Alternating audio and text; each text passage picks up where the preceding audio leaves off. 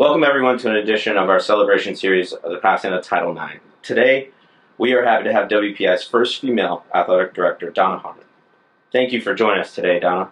Glad to be here. I'm really excited to talk to you today about Title IX and how much it's meant to me and our athletic program. We're excited to have you, and I'll just get right into it. Reflecting on your instances and ways you were impacted by Title IX growing up, can you just reflect on your athletic career? I was fortunate enough to have, as they call it, a girl dad who really wanted his daughter to be involved in sports as much as his son, my brother, was. My brother was a great athlete, as was my dad, and he ended up coaching my brother in a lot of different sports. And unfortunately, when I was growing up, there wasn't a lot of organized sport for girls.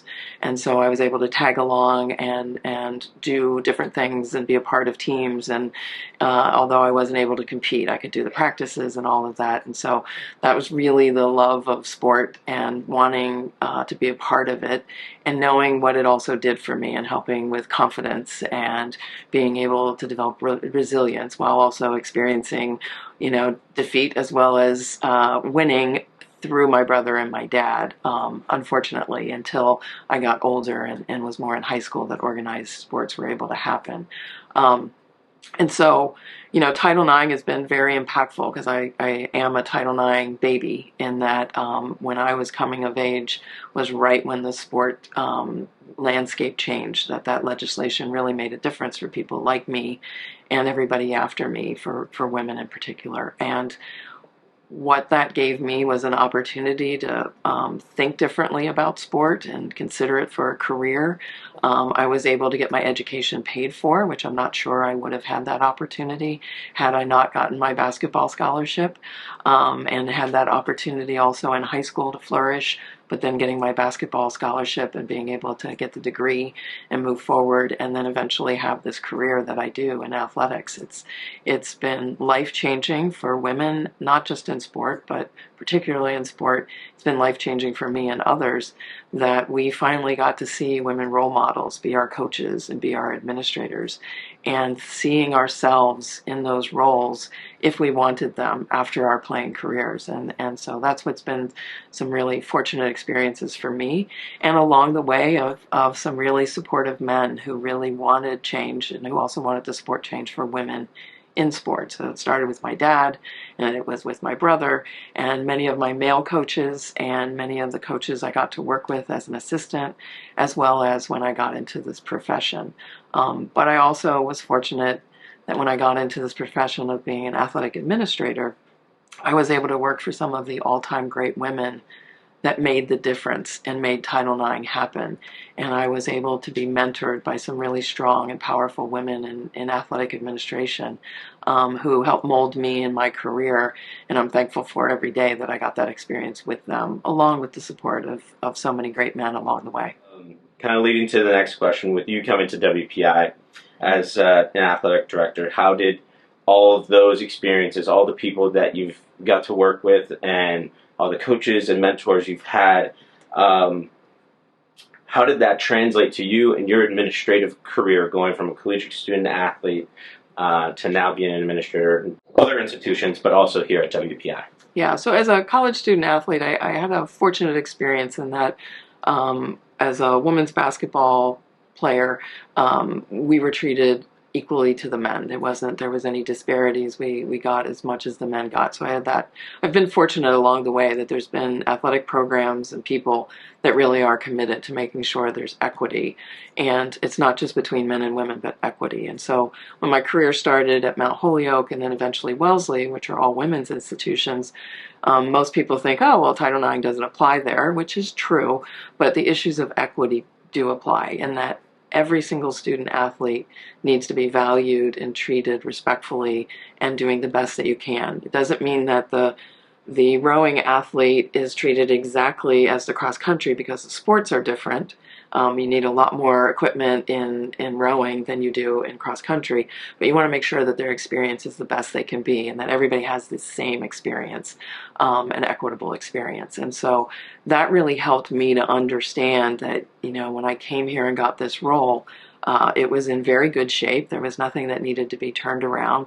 I think the only thing that truly needed to change was when I first came here and I went into the women's locker room, and there was actually more urinals in the women's locker room because it had been changed from a men's locker room for the women when women started here, and then there was in the men's locker room. And other than those types of things that had been left over from WPI being an all-male institution, and then when they added women, had to make the facilities they had fit and retrofitted some spaces, I was able to do some of that.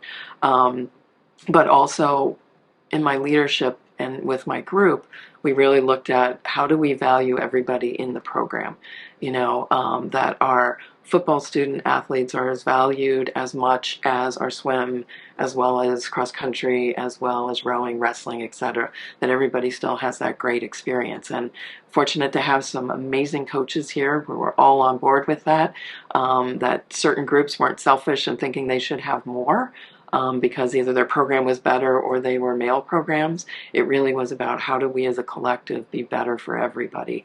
And that makes it somewhat easier as an athletic director coming in, to have such great people in place to really do the best we could for our student athletes. And that's what I'm most proud of, is I do believe every student athlete who came through WPI had a quality experience, the best we could do with the budget that we have, but that there wasn't something based upon you were a female or male, that we valued one or the other differently. In your time here, there's been plenty of challenges, including Title IX, but also overall. What are some things, thankfully you're fortunate, coming into WPI, but what are some things that you are most proud of in what you see in the Title IX movement? Sure. I think for here at WPI, as the college has gotten larger, we've had larger rosters on our women's side. We've always had great representation and numbers on our men's side, but the women's teams were a little bit lighter in the participation numbers, and now we have full teams. Like I remember when we first started out with women's rowing, and that we maybe had 2, 3 eights, and now we have 5, 6 eights, and we're winning national championships. And the men are going to national championships in rowing as well. So it's been something that we've seen the women's programs grow in greater participation and in competitiveness, just as the men have. And it's been equal, and everybody's doing really, really well here. So I'm very proud of that development for all of us through the years. Our facilities development, to plan to have men and women student athletes and men and women students using this rec center and our outdoor fields was a real privilege to be able to develop that, and making sure that everything we have is going to be equitable for everybody that uses the space. It was very important to us in the university. As far as Title IX moving forward, I think we've been fortunate at WPI that we've done a really good job here, but it's not done across the college landscape. It's still amazing to me to go to different institutions still, either at our level or at Division I, to find out that women athletes aren't getting the same thing. And that very famous NCAA Women's Basketball Championship, and you saw the strength training equipment provided at the Final Four, or actually for the whole tournament for the men, and what was provided for the women, that still exists, and it still exists every day, where our student athletes sometimes travel. And we go to different institutions, and you can see that they haven't made as much progress as we've made, and it's disappointing. And it's also the subtle things that happen of not having enough coverage, social media presence for women's teams as many have for men's teams, and really trying to bring that home to people that, it's easy lift to do this. It just has to be a willingness and an awareness to do it. And so there's still smaller battles. It's not as much about funding that we were fighting for earlier for Title IX, make sure that women had equitable opportunities. Now it's more of making sure that we're treating people equitably, that we're providing those experiences, we're providing that coverage, we're providing that celebration of men and women equally in what we're doing every day. And again, working with my colleagues to be better in their work, and also for myself and everybody here, what are the things that maybe we just didn't realize we weren't doing well enough for any student athlete here, but in particular, we do need to be mindful that our women student athletes are celebrated, supported as equally as we can with our men.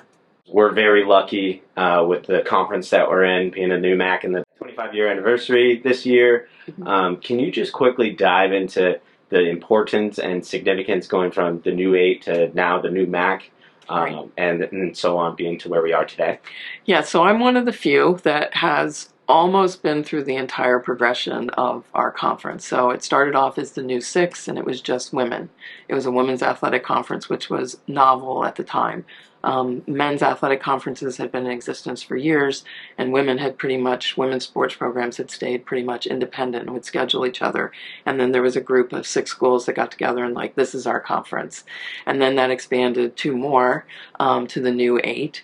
And part of that was WPI's women's programs were there, but our men's programs were in a different conference. And the athletic directors at that time all got together and like, let's bring this under one umbrella. So this was one of the few women's conferences that ended up sponsoring men's athletics, and has kind of been a good core for us to make sure that we are about both programs, men's and women, and keeping equity at the forefront and Title IX in all that we do. And so seeing that progression and then expanding to the new Mac, from the new 8 to the new Mac, and continually expanding, even this year where we're going to be bringing in Salve Regina next year. When we look at programs, we make sure that people are doing right by both their men and their women's programs. And so it's still at our core to be a part of something that was born out of Title IX, that moved through and added men to a conference, and then carrying it through with everybody that comes into this conference. That Title IX and what it has meant for equity is really important to us. Awesome. Yeah, we're very fortunate to be where we are today, and the pioneers behind all of that is very significant for everyone that's involved. Now, kind of pivoting towards the future of college athletics. Like you said before, there's so much still to be done. Thankfully, not to the extent of challenges as there was before.